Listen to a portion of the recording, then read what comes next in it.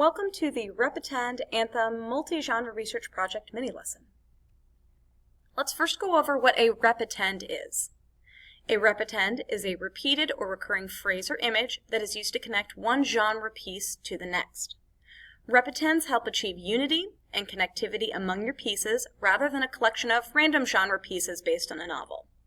Repetends also help convey your theme or message to your reader in a more obvious way. Here are some ways to create a repetend.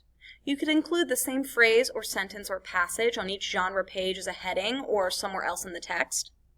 You could include a description or design each piece, a written or graphic, placed strategically for easy recognition. So if there was a repeated phrase that you wanted, you could bold it or use some other sort of text feature to have it pop out to your reader to let them know this is the repetend. You could also create a character and follow his or her reactions to the pieces throughout, or you could create a comic or cartoon strip at the top or bottom of each genre page that comments on the ideas presented. Let's look at a very specific example. So for this student, their project topic was book censorship or banned books. The repetend idea was an image of a locked book, the author and title of the banned book with reason for censoring and year across the bottom of each page in a script font.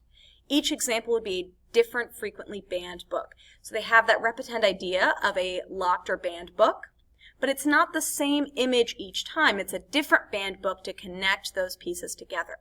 So for example, The Catcher in the Rye by J.D. Salinger was considered dangerous because of vulgarity and violence. Banned in Freeport High School, Defuniak Springs, Florida, 1985.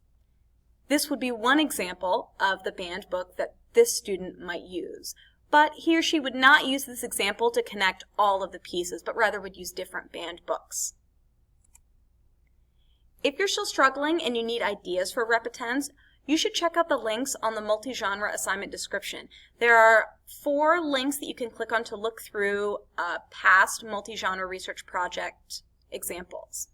Look through those and see if you can figure out what repetend that student used. And remember, it doesn't have to be the exact same image or quote. That would get redundant to read the same exact quote over and over and over again throughout the pieces.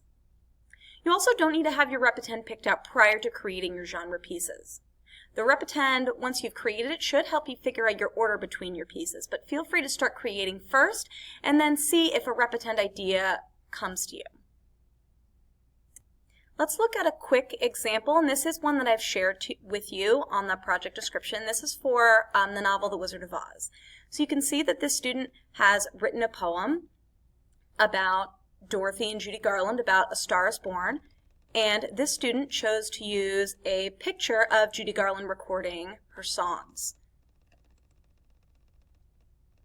Okay, the next one is a short written piece. And then again, the student chose to use a different image to help connect the previous one to the next genre piece, which is about reviving the past. And this picture helps connect both of them. So that is something that you can choose to do, different images of a character or different thematic or symbolic images to help connect your pieces.